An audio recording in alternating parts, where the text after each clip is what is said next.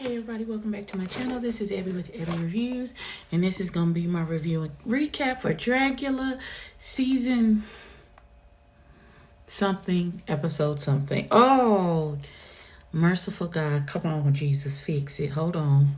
I'm gonna get to it. I promise. Hold on. I know I'm a couple episodes behind. Season 4, episode 4. Sheesh. Louise. It is called Monsters of Rock. Let's jump into it and see what happens. Okay, so this opening. So I listen to podcasts that review the show as well. And so they were like, well, if you pay attention to the opening scene, they have been giving hints about who goes home in that episode.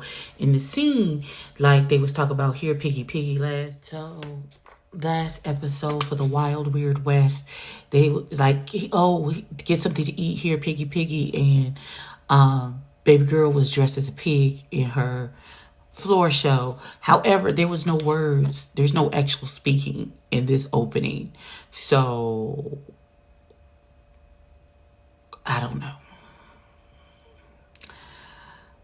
They were at a strip club and rock music was playing, and one of the dancers accidentally knocked over or spilled a drink on the Dragula's sister, the Boulay brothers, and he snapped his fingers, and one of the other dancers strangled him with his thighs. I don't know how that's going to correlate to who gets kicked out. But there was a janitor who was mopping blood on the floor instead of using... I don't know. Okay, so everybody comes back in. You know, everybody's talking about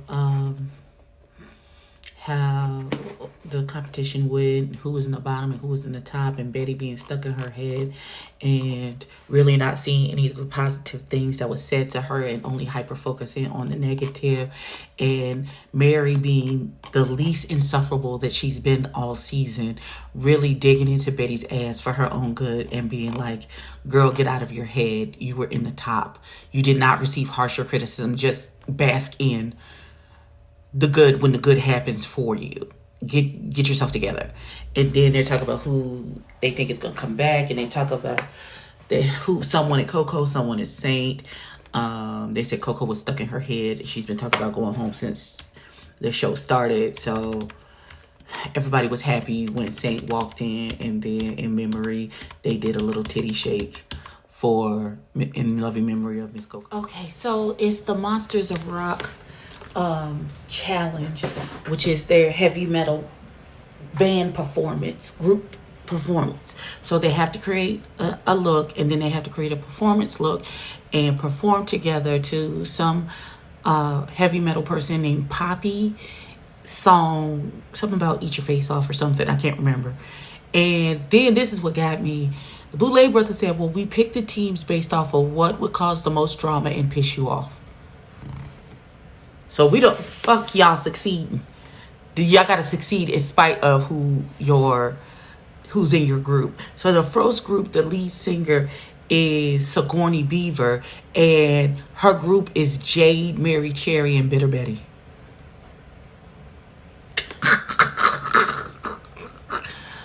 That group is, listen, baby, dramatizations. Now, I don't think that's fair, because the other group the leader is Dali, and it's Zavaleta Hosso, and what's that baby's name?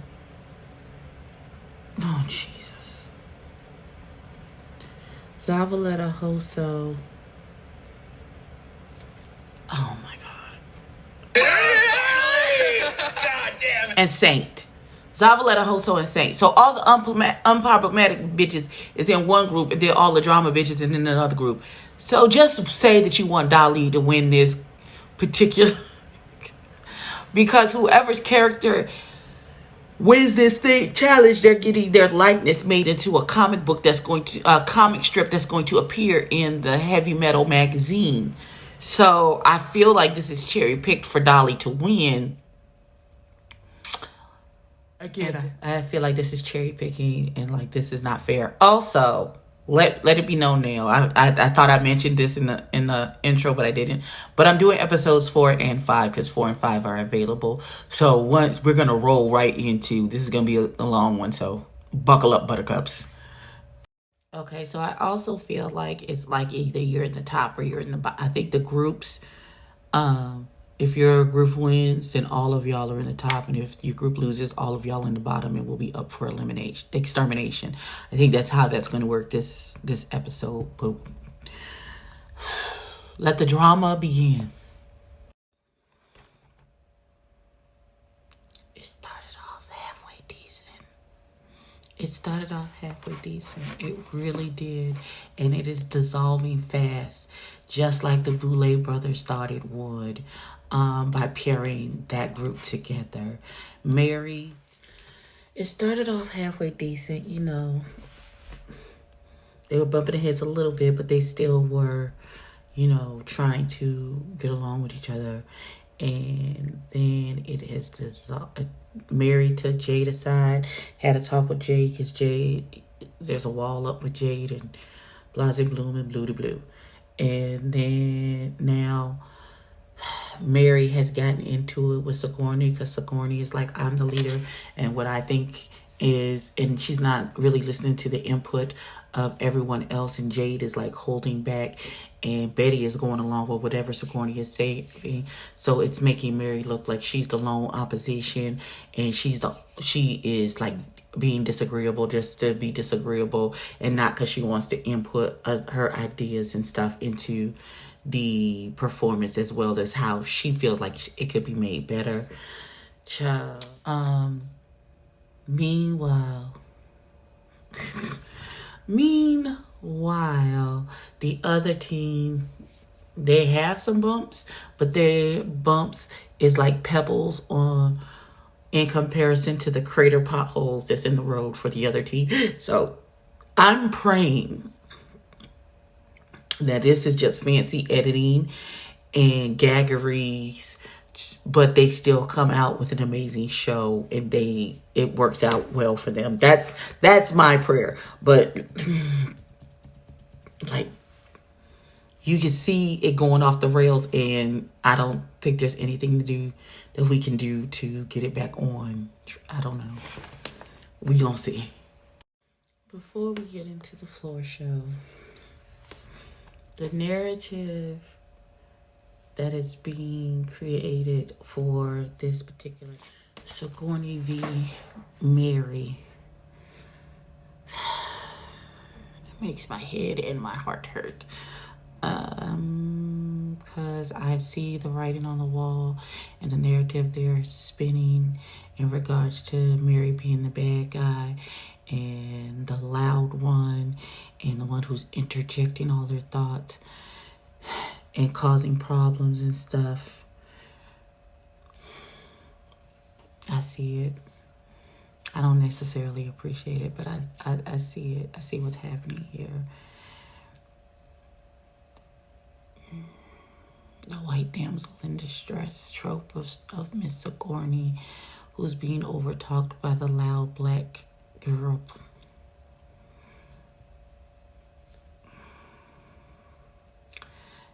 I don't like it. I hate to be that girl and be the one that makes it about race, but I see it. That's what it looks to me. I can see what the narrative is going to be, and I don't particularly care for it. Now, Mary is not my favorite person on this cast, but for Mary to take the time out, sit down with J. Jolie, figure out what's going on, help her get her storyline across about breaking through and being seen and having trauma from being on Drag Race and all of these things, and taking the time to say, I see you and I know what you're going through, and talking her down and through and whatever, to then when it is an issue between Sigourney and Mary, and them not having a meeting of the minds of what should be done and what's going on and who's the actual leader of the group or the lead singer or whatever it is.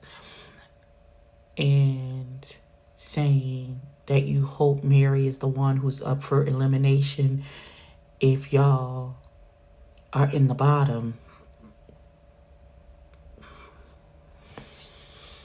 Okay.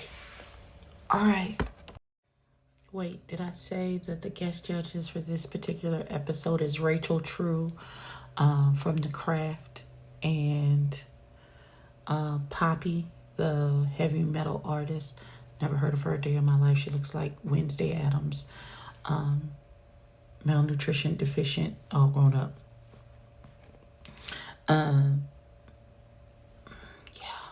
Can we talk a minute about the floor show before we get into their actual performance as a group and their individual characters that they created for this before they get into the group section? J. Jolie is very much like she's trying so hard to be a plastic, but she is really just not. And it's okay. It was really cute.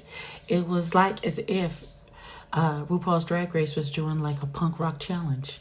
That's what... Yeah. That's what that would be. But this is the Boulay Brothers. This is the for real. This is not the pageantry, spectacular, eleganza of it all. This is the grungy, dirty glamour situation. And it's not that I think that J. Jolie is misunderstanding the assignment. I think she's just applied to the wrong school. Okay.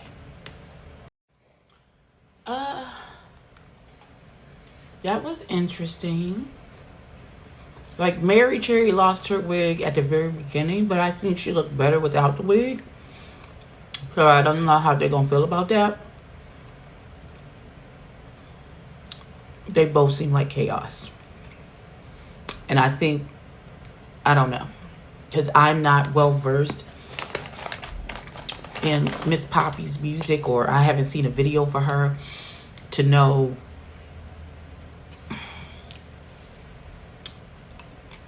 I feel like Dolly won.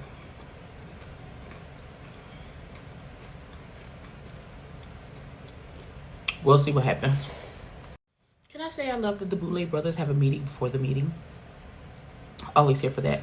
And so they're having a conversation about Mary and Sigourney and how Mary had her work cut out for, Sigourney had her work cut out for her being the leader of this group. Y'all the one that picked the group, so it's your fault if there was an issue. And they love Mary and how she was so ferocious, but there was a comedy of errors for both groups. They talk about Mary losing her wig and wearing slippers in the performance piece. And when she turned around, she kind of accidentally ripped Sigourney's outfit with the guitar. It was too close and she got hung up on the lace netting, which they kind of loved. But they felt like she didn't bring her A game because she was immaculate in her solo performance. But when it came to the group, they felt like she was lackluster in the group. So we're going to see what happens. So I was right. Zenith, which is Dolly's group, won, and Dolly won the challenge overall.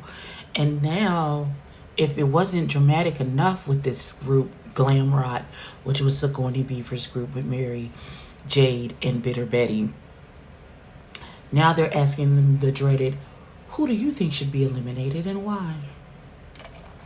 This shit finna go all the way left. I already can feel it in my bones. Them three bitches is gonna say Mary. All three are gonna say Mary. They finna turn on her. In 5, 4, 3, 2. They not just asking her team, they're asking everyone. Everyone is gonna say turn on Mary. Everyone. Everyone is gonna turn on Mary. I know Mary can be loud and obnoxious, and sometimes she talk too much and she do too much. in this moment, I feel attacked on her behalf. Jesus Christ. They're all turning on her. They're all gonna choose her. I can't wait to get backstage after they all. I hope she don't say shit to them. I hope she goes back to. I know she's not gonna be able to, because that's not who she is as a person. The Scorpio in me, if I was in Mary's position, would go to that back, to the cauldron, as they call it, where the people been freaking out when they're in the bottom for extermination. I would take my drink, go in the corner, and not speak to anyone. Anyone coming back up to me talking about, well, Mary, you know, they asked us, and trying to justify what they said on this motherfucker. You know they're going to try and justify and make themselves feel better about them all turning on her. I would sit in the corner. No, you don't get any absolution from me, beloved. You did what you did, and you're going to have to live with it. I would not say shit to any of these motherfuckers. I would take my drink and be like, it's fine. You said what you said. And it is what it is. You get no absolution that, oh, no, it's going to be okay. You wouldn't get shit from me stewing your feelings about what the fuck you just did. But she's not going to be able to do that. She's going to cuss all these motherfuckers out, and I'm here for that as well. So let me tell you how that just was hard. And my lashes coming up on this side because this is where the tear come in. And my eyes still wet. Because that hurt my feelings. It's hard to see everyone turned on Mary because Sigourney made her outfit. And Mary supposedly didn't help. And so Mary, after everyone said Mary's name, Mary didn't say anyone's name. And she said, I do apologize, but I don't sew. She said she was going to do the outfit, and she's the leader, so I let her do so. I asked her if she wanted help. She said no. So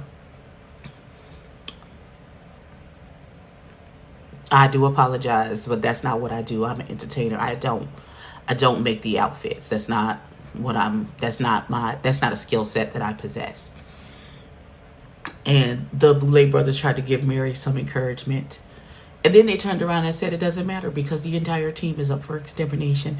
And now they're going to go play some electrocution games. And it's a time to maybe get a little revenge. So I feel like they're going to get to this electrocution thing, and they're going to be the ones being able to push the buttons that'll electrocute one of their friends. I hope Mary lights all of their asses up. Or Sister Patty and me. Okay, so here we obviously have two schools of thought. Sigourney Weaver wants credit for doing everything. However, she's doing everything because she wanted it. She's trying to be a martyr. Oh, I was doing everything. I did all this, da-da-da-da-da. However, without saying, it's because she wanted to. It's because she took it on. And even when your helpmates asked you, what do you need help with? What can I help you with? You were like, no, I got it. So don't get on the cross, daughter. Don't act like they had nailed you to the cross when you got up there and put yourself. It would be one thing if nobody had Mary. Well, nobody really had Mary's back. Nobody had Mary's back. And in this story, I asked twice. You need some help. What do you need me to help you with? Do you have everything, or do you need some help? And you say no. And it was corroborated by one of your other teammates. J. Jolie is sitting over there like, I can't believe they're doing all this drama. Da, da, da. J. Jolie, you ain't shit for how you acting right now. Especially not coming to the defense of Mary when Mary at the beginning was very much concerned about you and your mental health and what you had going the fuck on with you. But when it's time for everybody to attack Mary over the way Sigourney Weaver has this savior complex, now, oh, she's stirring all this drama. And Betty is stirring the pot to stoke Mary's fires. No. What is happening is that Mary is not going to allow Sigourney to run this narrative of I did all of this thing and I put the group on my back and nobody helped me. But I didn't complain because I'm a good leader. Ba, ba, ba. No, daughter. You made the cross, you set the cross up, and then you got on it and crucified yourself. That's not what we're going to do. Not today. Okay, just the bare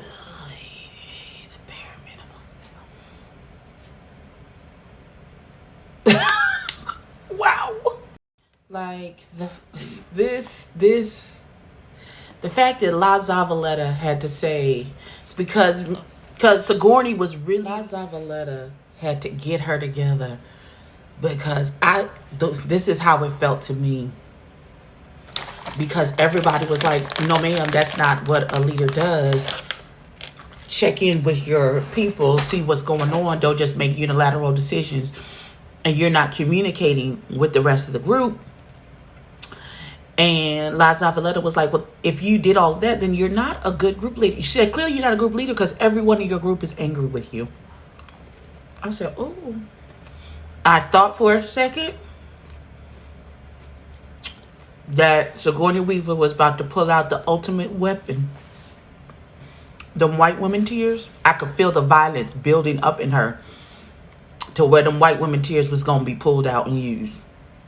But luckily, that got cut off at the pass. Oh, thank you, God. Because there is nothing more violent than a white woman's... Oh, my God.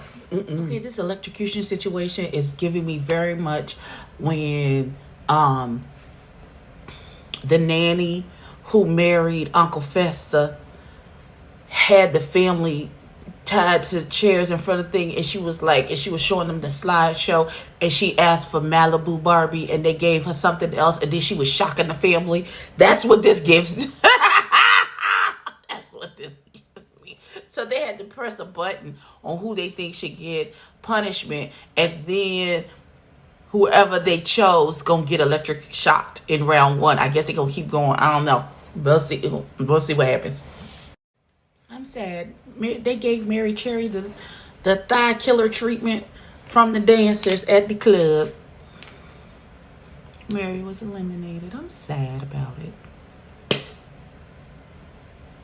Damn! I really wanted her to come back and cuss everybody the fuck. Bitch is gonna have all this righteous indignation about they was right and all this other stuff, and they really weren't. And now I'm in my feelings about it. But oh well, let's go into episode 5. Angry. Okay, so we opened up episode 5. We're back on the beach. There's this man who's wandering down the beach. He's sad and pitiful. And they said he'd been searching for happiness. And he picked up a shell. And the shell whispered into his ear, we could take you to eternal happiness. But once we take you there, you can never go back. And then next, he's laid out on the beach. Oh.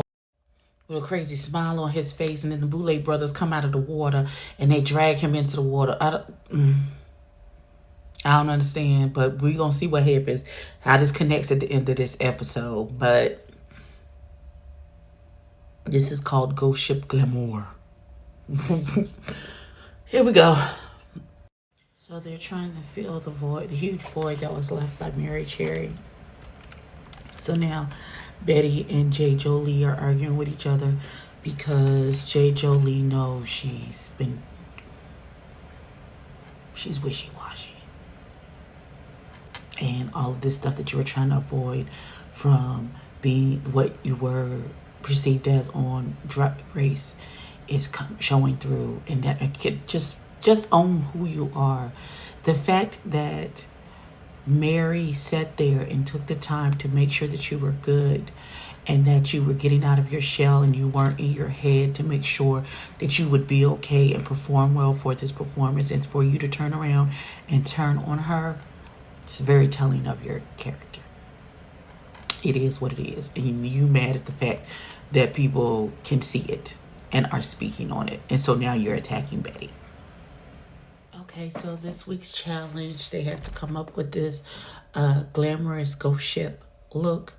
The winner will win a bunch of makeup and stuff and course, loser will be exterminated. However, the fright feat this week is a key to life and death hidden somewhere in the boudoir. And if you find it, you can either save yourself from extermination or put the person of your choice up for extermination. We gonna see what happens. J. Jolie found the key, and everybody's looking at Betty like, girl, is you scared that he gonna put you down for the extermination?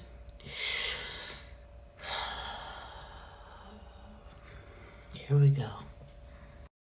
You can tell they don't have any more drama to play up, as they did a little seance with J. Jolie, who it's not a real medium, she's making shit up, pulling shit out of her ass. And we're back to discussing in detail the outfits and what are they doing in their concepts and things like that, because they have no real drama to play with anymore now that Mary has exited the building. So there's that. Let's see what these lip syncs are gonna look like, because I feel like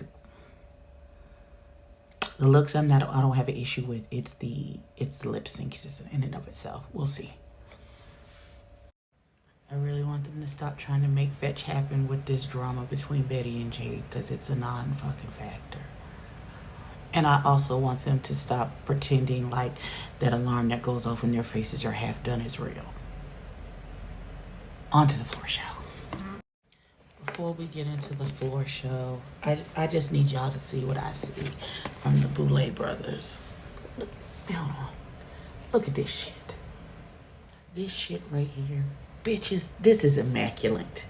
This is giving me very horror movie Pinhead situation.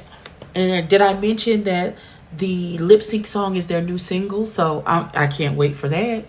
Dramatization. Listen, I'm all in. Let's jump to the floor show. I know you lying to me. I know. Hold on. Listen. Why is the guest judge? First of all, they had Fangoria magazines all over the place. And so the editor-in-chief of Fangoria magazine is one of the judges. The other judges is the guy who played Hodor on Game of Thrones. Hodor. I am still in my feelings.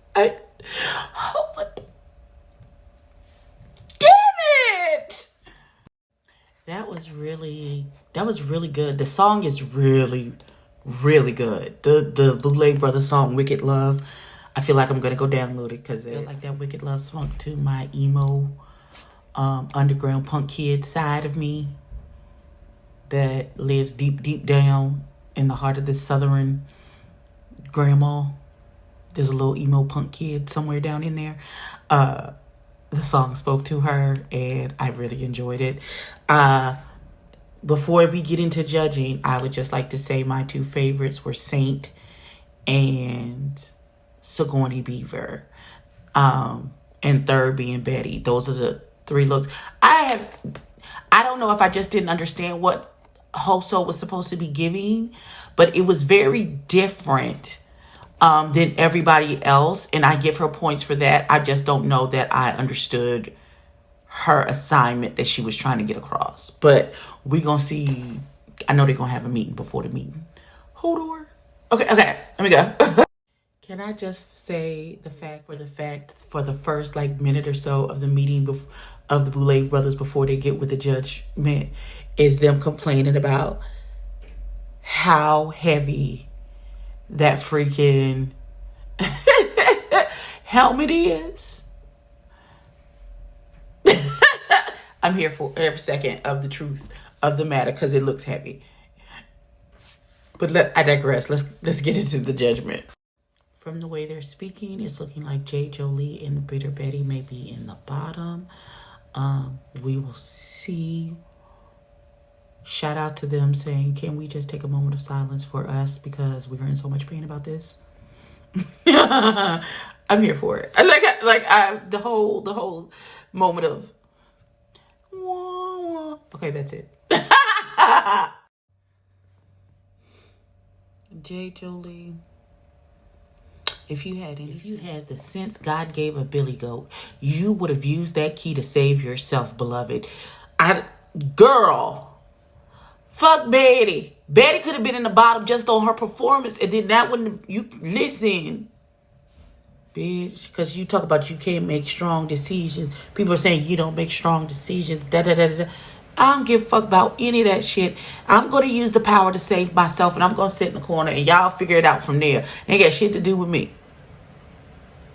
Do you know now you are available for extermination too? And you could go home when you had the power to save yourself and not even have to. Girl, you stupid. How did that work out in her favor? Let's talk about it, shall we? The fact that she put Betty up for extermination moved the rankings around so that J. Jolie became safe.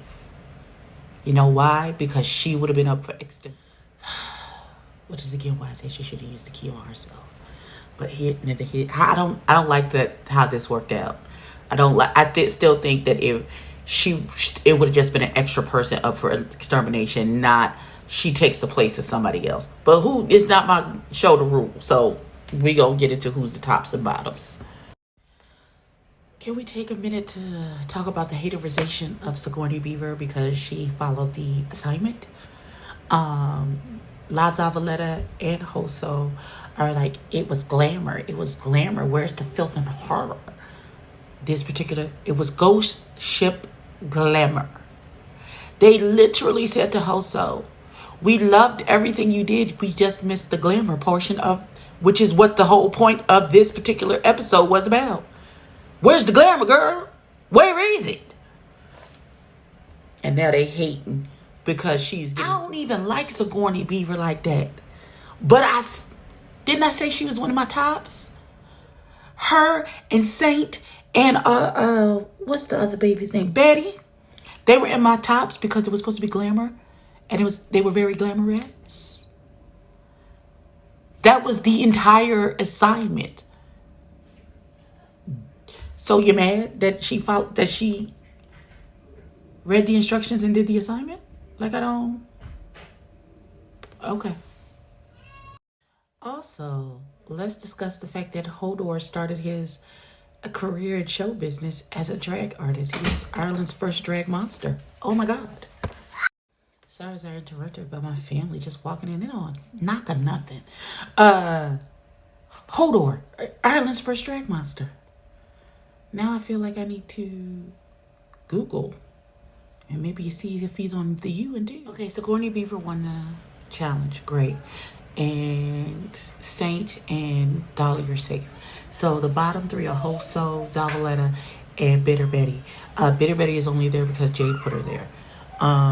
They have to go out into the water and do a photo shoot, and whoever does the best in there plus their scores will be saved, and then somebody will die. Zavaleta is pissed. She's angry. She's mad that baby girl won, and doubly mad that they are up for extermination because they got mad at the Boulay brothers because they gave her critiques on how they did their song, and she was like, well, I know it's your song, but if you wanted all that, then you go to Sigourney. They did, beloved. They did. Let's see what happens. I would just like to say, in the face of all the drama that is happening right now in the cauldron, I would just like to say,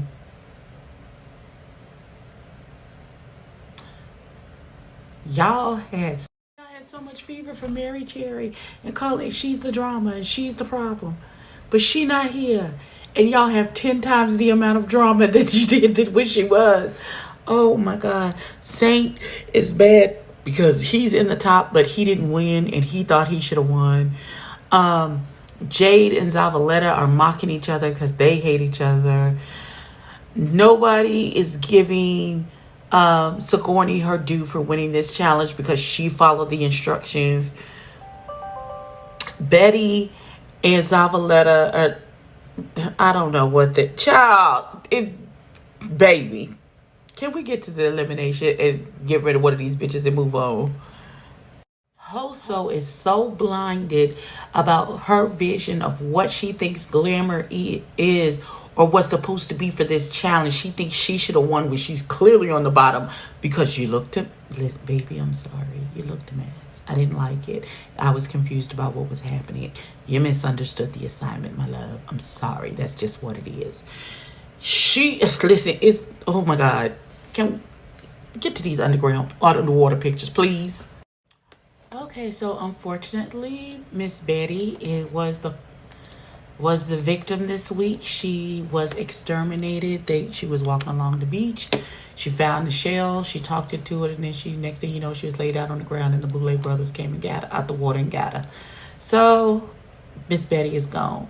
I don't know what they're gonna do for drama next week.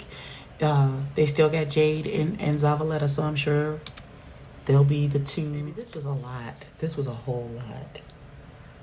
Sheesh. Okay, but this is my recap for Dragula season 4 episodes 4 and 5. You can find these full episodes on Shudder through, get it through my Amazon Prime, or I guess you can get it through your cable provider, or the Shudder app itself. So go and watch it and jump in the comments and tell me what you thought of these last 2 episodes, because it was a lot, baby. It was a whole damn lot. But being that it's May, like, comment, and subscribe. Tell a friend, tell a kid, and I'll catch you in the next one. Peace.